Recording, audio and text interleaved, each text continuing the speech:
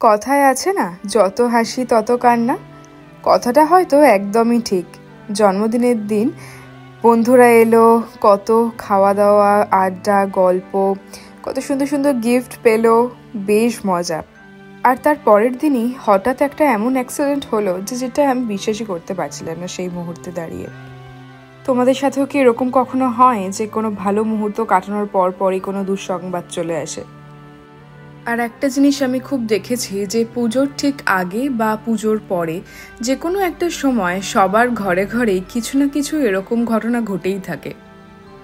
তোমাদের কি এরকম কিছু মনে হয়? তাহলে কমেন্টে জানিও।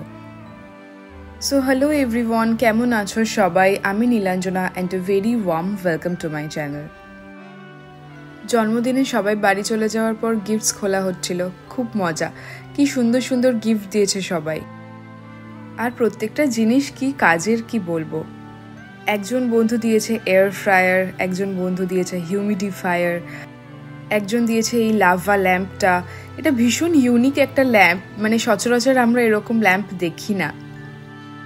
এই ল্যাম্পটা অনেকক্ষণ জ্বালিয়ে রাখার পর এর ভেতরে যে মেটালটা আছে সেটা গলে যাবে, আর তারপর এই লিকুইডের ভেতরে আর কি লাভার মতো হয়ে ওটা ঘুরবে। আর বিভিন্ন রকমের স্ট্রাকচার হতে পারে, বাবলস হতে পারে, লম্বা লম্বা হতে পারে।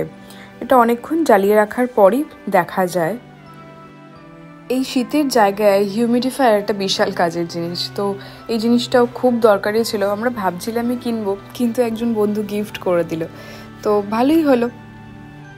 মেনলি সারাক্ষণ এই হিটার চালানোর জন্য ঘরে কার্বন ডাইঅক্সাইডটা বেড়ে যাওয়ার সম্ভাবনা থাকে, তো হিউমিডিফায়ার জ্বালিয়ে আর কি ঘরের মধ্যে অক্সিজেন প্রডিউস করা হয়। সব তো ভালোই ছিল, খুব মজা হলো, ভালোভাবে দিন কাটলো, কিন্তু তারপর যেটা হলো সেটা আর মানে বলার মতো নয়। আমাদের কমিউনিটির যে টেনিস কোর্টটা রয়েছে, তো সেখানে রোজই ওরা খেলতে যায়। আর মোটামুটি এই সামার টাইমে 8টা সাড়ে 8টা অবধি ওদের খেলা চলছিল। তো হঠাৎ সেদিন 6টায় বেরিয়ে 6:30তেই দেখছি এসে গেছে ঘরে। আমি দরজা খুলে দেখে তো অবাক। চশমা ভেঙে গেছে, নাক, হাত, পা, এমন কোনো জায়গা নেই যেখান থেকে রক্ত বেরোচ্ছে না। সেই সিচুয়েশনে দাঁড়িয়ে যে কি করব সেটা প্রথমে ভেবেই উঠতে পারছিলাম না। তো তারপরে ওর একটা বন্ধুও ছিল সাথে, সে আমাদের দুজনকে ড্রাইভ করে নিয়ে গেল সামনে একটা আর্জেন্ট কেয়ারে। আর ওখানে মোটামুটি ওরা ড্রেসিং করে তারপর বাড়ি আসা। কিন্তু ভগবানের অশেষ কৃপা যে কিছু ভেঙে যায়নি বা খুব সিভিয়ার কিছু হয়নি, অল্পের ওপর দিয়ে গেছে। হঠাৎ করে যে পড়ে গিয়ে লোকের এরকম মারাত্মক লাগতে পারে এই প্রথম মানে আমি দেখলাম। সিমেন্টের মেঝে বলে আর কি আরও বেশি করে লেগেছে। তবে এখন আস্তে আস্তে রিকভারি হচ্ছে, পুজোর আগে হয়তো ঠিকও হয়ে যাবে। এমন সময় এই জিনিসটা হয়েছে যে ঠিক এই সময়তেই আমাদের বাড়িতে মানে সেরকম বাজেটাজের কিছু করা নেই, যা ছিল মোটামুটি শেষ হয়ে গেছে। তাই আমি বেরিয়েছি আজকে একাই, ফার্স্ট টাইম বেরোলাম একা। এখানে তো গাড়ি ছাড়া কোথাও যাওয়া যায় না, তবে আমাদের বাড়ির অপোজিটেই একটা ঠিক মার্কেট প্লেস রয়েছে যেখানে আমি আমার সাধ্যমতো হেঁটে যেতে পারি। আর ওষুধের দোকানও রয়েছে, আমার কয়েকটা ওষুধও কেনা রয়েছে ওর জন্য, তো সেই সব কিছু কিনে আনবো। এই রাস্তাটা ক্রস করে যাব আমি ওই দিকের বিল্ডিংটাতে, ওটা হচ্ছে লিবার্টি মল। এখানে রাস্তা ক্রস করা খুবই ইজি। এই ট্রাফিক পোলটাতে এসে সুইচটা টিপলেই এখানে সিগন্যাল দেয়। এতক্ষণ ধরে হাতের সাইন দেখাচ্ছিল মানে দাঁড়ানোর, আর এবারে দেখাচ্ছে ওয়াক সাইন। তো আমি এই রাস্তাটা সোজা হেঁটে তারপরে ওইদিকে যাব। আর দেখো এখানে যত গাড়ি আসবে সবই এখানে দাঁড়িয়ে যাবে, কোনো দিকে না তাকিয়ে সোজা আমি হেঁটে বেরিয়ে যেতে পারি। আর খুব যে তাড়াহুড়ো করে রাস্তা ক্রস করে দৌড়ে দৌড়ে চলে যেতে হবে তাও না। দেখো আমি পুরো রাস্তাটা ক্রস করে বেরিয়ে এসেছি, তাও দেখাচ্ছে 27 সেকেন্ড, 26 এরকমভাবে কমছে আর কি। 0 অবধি হবে, তারপরেই গাড়ি ছাড়বে। রাস্তা ক্রস করাটাই ব্যাপার ছিল, রাস্তা ক্রস করে চলে এসেছি, ব্যাস আর কোনো চাপ নেই। এবার সোজা টুকটুক করে হাঁটতে হাঁটতে যাব প্রথমে হচ্ছে ওষুধের দোকানে। কয়েকটা জিনিস কেনার আছে, কারণ হঠাৎ করে তো এরকম অ্যাক্সিডেন্ট হয়েছে আর বেশ ভালো মতো লেগেছে, তাই প্রচুর পরিমাণে গজ, তুলো, দেন আরও অ্যান্টিসেপটিক ক্রিম এসবগুলো লাগবে। তো সেগুলোই আগে ফার্স্টে নিয়ে নেব, তারপরে বাড়িতে কিছু সবজি বাজার করারও আছে, তো এই সব কিছুই কিনবো আজকে। এই লাস্ট 1 সপ্তাহ ধরে ওয়েদারটাও খুব বাজে, একদম সেই মেঘলা মেঘলা করে আছে, একটুও সূর্যর দেখা পাওয়া যাচ্ছে না, চারদিক শুধু গ্রে আর হোয়াইট, একদম মন মরা টাইপের। কখনো কখনো হালকা ঝিরঝিরে বৃষ্টি হচ্ছে, সেই হাওয়ার সাথে বৃষ্টি উড়ে যায় ওরকম টাইপের স্প্রের মতো হচ্ছে, তবে খুব যে বেশি ঠান্ডা পড়েছে তাও না। এবার এই শীতকাল পুরো এরকম, পুরো গ্রে ওয়েদার, কোনো কালার নেই, কীরকম লাগবে বাপরে বাপ। এই মলটাতে যতগুলো দোকান আছে বেশিরভাগটাই হচ্ছে দেশীয় দোকান।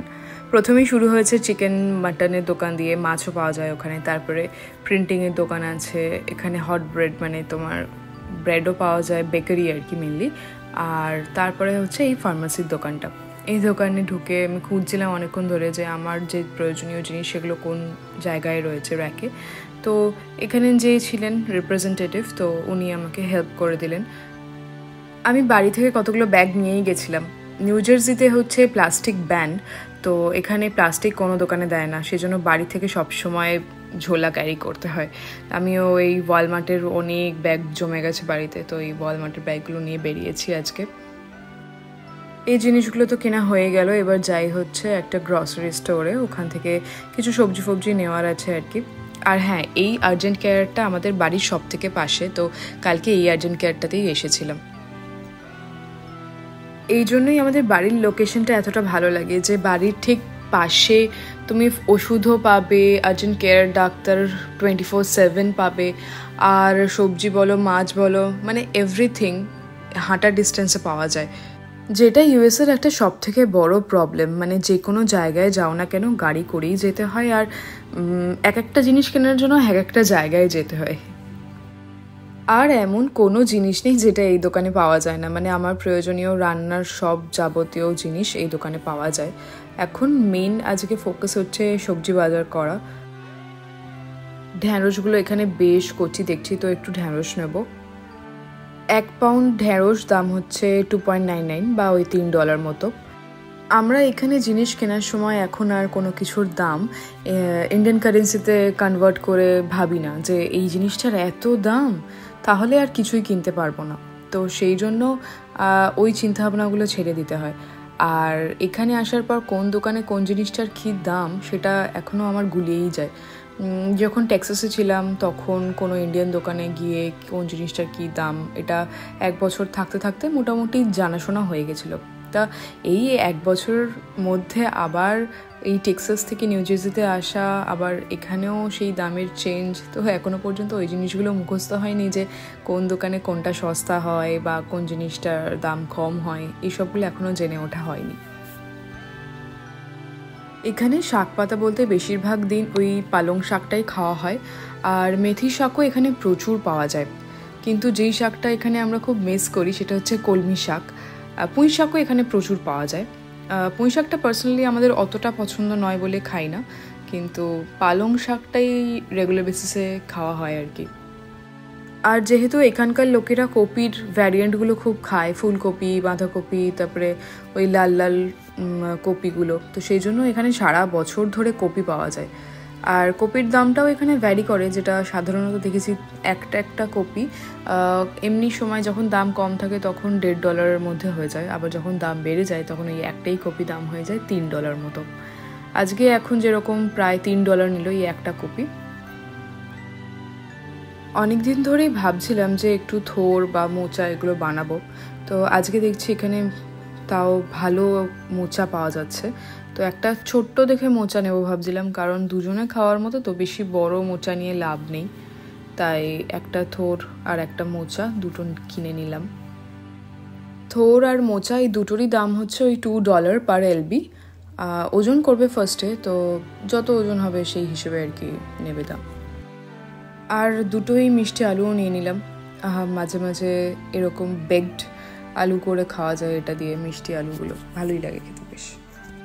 মেনলি সবজি বাজার করতেই এসেছিলাম, সবজি বাজার ওখানে হয়েও গেল, তবে এরকম দোকানে আসার পর মনে হয় যে এটা নেই ওটা নেই, বাড়িতে বসে অত কিছু ভাবনা চিন্তা আসেও না। তাই এখানে এসে সামনে যখন জিনিসগুলো দেখছি ভাবছি যে একটা বাদামের প্যাকেট নিয়ে নিই। খোসা দেওয়া খোসা ছাড়ানো দুটো বাদামের দামই এক, তো আমি খোসা ছাড়ানো বাদামটাই নিই।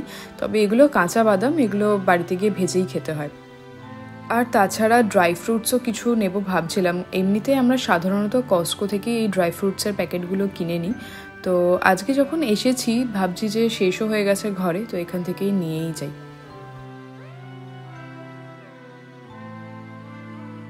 এরপর আবার ঘুরতে ঘুরতে মাথায় এলো যে আমার তো ডালের প্যাকেটও শেষ হয়ে গেছে। মুসুর ডালটাই আমার ঘরে সাধারণত আর কি বেশি চলে, তো মুসুর ডালের প্যাকেটটাও শেষ হয়ে গেছে। আর যখন সামনে দেখতেই পাচ্ছি তো নিয়েই নিই। এখানেও ওই মুসুর ডাল 2 ধরনের প্যাকেটেই পাওয়া যায়, একটা হচ্ছে ডালের যেটা দানা গোটা থাকে সেরকম, আর একটা হচ্ছে হাফ মানে ভাঙা মুসুর ডাল। আমি গোটাটাই নিই, ওটাই বেশি খেতে টেস্ট লাগে। এখানে 4 পাউন্ডের মুসুর ডালের প্যাকেটের দাম হচ্ছে ওই $6 মতো। এখানে যে কোনো ধরনের ডাল মানে ধরো মুসুর ডাল, মুগ ডাল, এই 4 পাউন্ডের প্যাকেট সাধারণত সব ডালের দামই হচ্ছে $6 মতো আর কি। এরপর ঘুরতে ঘুরতে আর একটা যেটা ইম্পর্টেন্ট জিনিস সেটার কথা মনে পড়ে গেল, সেটা হচ্ছে পোস্ত। পোস্ত আমাদের ঘরে শেষ হয়ে গেছে, তাই ভাবছিলাম যে একটা পোস্তর প্যাকেটও নিয়ে নিই। অনেকেই ইন্ডিয়া থেকে এখানে আসার সময় ভাবে যে কোন কোন জিনিস এখান থেকে নিয়ে যাব, মশলা এই ওই সেই। তো তাদের জন্য আমি বলতে পারি যে এখানে সব জিনিস পাওয়া যায়, এমন কোনো জিনিস নেই যে পাওয়া যায় না। তবে যদি ইন্ডিয়া থেকে আনতে চাও আনতেই পারো, কারণ আফটারঅল দামটা তো অফকোর্স ওখানে কম হবেই।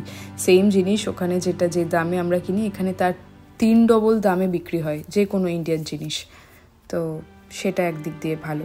আর অনেকেও ভাবে এটা যে পোস্ত কি পাওয়া যায় কিনা এখানে। পোস্ত, সর্ষে যে কোনো জিনিসই পাওয়া যায়, তো বাড়ি থেকে পোস্ত, সর্ষে এগুলো সব বয়ে আনার দরকার নেই। এখানে আসলে স্বাদের আছে, লক্ষ্মীর আছে, এরকম বিভিন্ন ইন্ডিয়ান ব্র্যান্ড এখানে একদম মানে ছেয়ে গেছে। প্রত্যেকটা ইন্ডিয়ান স্টোরে এইসব জিনিসগুলো পাওয়া যায় এখন। দোকানে এসে এটা ওটা সেটা দেখতে দেখতে মানে আমি আনএক্সপেক্টেডলি বহু জিনিস কিনে ফেলেছি।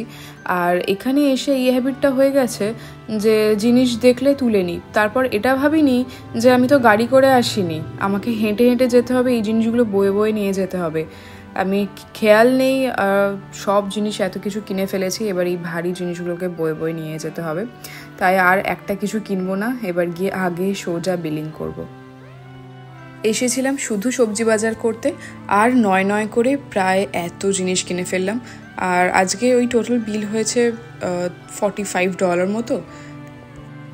বিলিং করার পরে সব জিনিস নিজেকেই ব্যাগে ভরে এবার বয়ে বয়ে নিয়ে যেতে হবে। এটাই ভাবছি এখন যে এই এতগুলো জিনিস এতটা রাস্তা বয়ে নিয়ে যাব কি করে।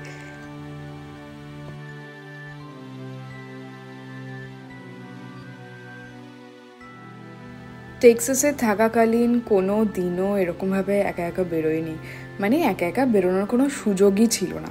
ওখানে রাস্তাঘাট এত বিশাল বিশাল চওড়া, আর ওখানে মানে ফুটপাথ দিয়ে হাঁটার মতো জায়গাও খুবই কম ছিল।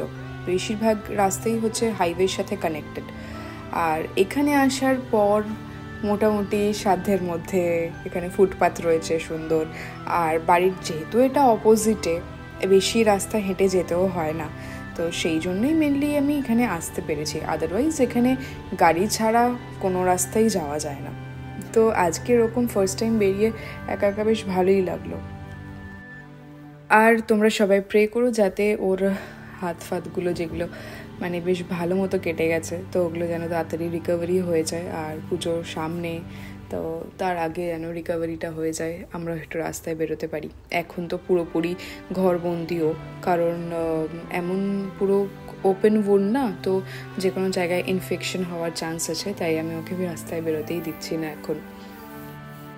তো আমিও এবার টুক করে রাস্তাটা ক্রস করব আর বাড়ি চলে যাব।